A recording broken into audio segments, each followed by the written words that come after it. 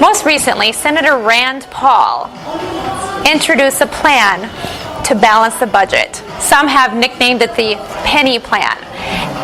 And there's this phrase that goes around, I stand with Rand. It's pretty cute.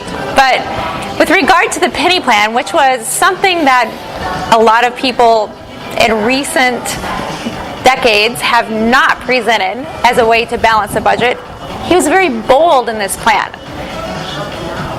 Where would you stand with Rand on the penny plan? Like that qualifier.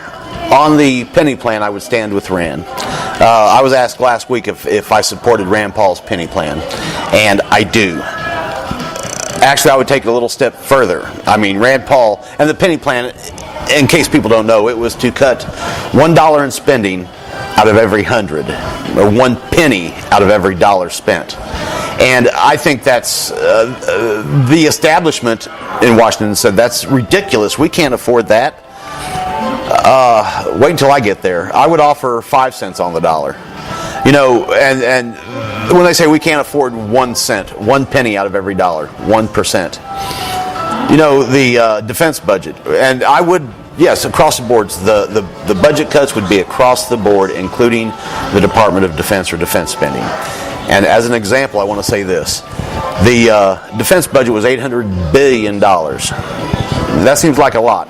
You know, last week the Pentagon announced that they lost $800 million, so they can't account for $800 million. That's the 1% right there. They had $800 million that they cannot account for. And cutting the 1%, yeah, that's the $800 million. I would cut that. And actually, I would cut a little bit further because unless a government agency, and I don't care whether it's Department of Education, Department of Health, Department of Defense, if a government agency cannot keep track of taxpayer money, then they're not going to get that money back. And that $800 million that they cannot account for, we have to be clear on this. This was money, this is taxpayer money.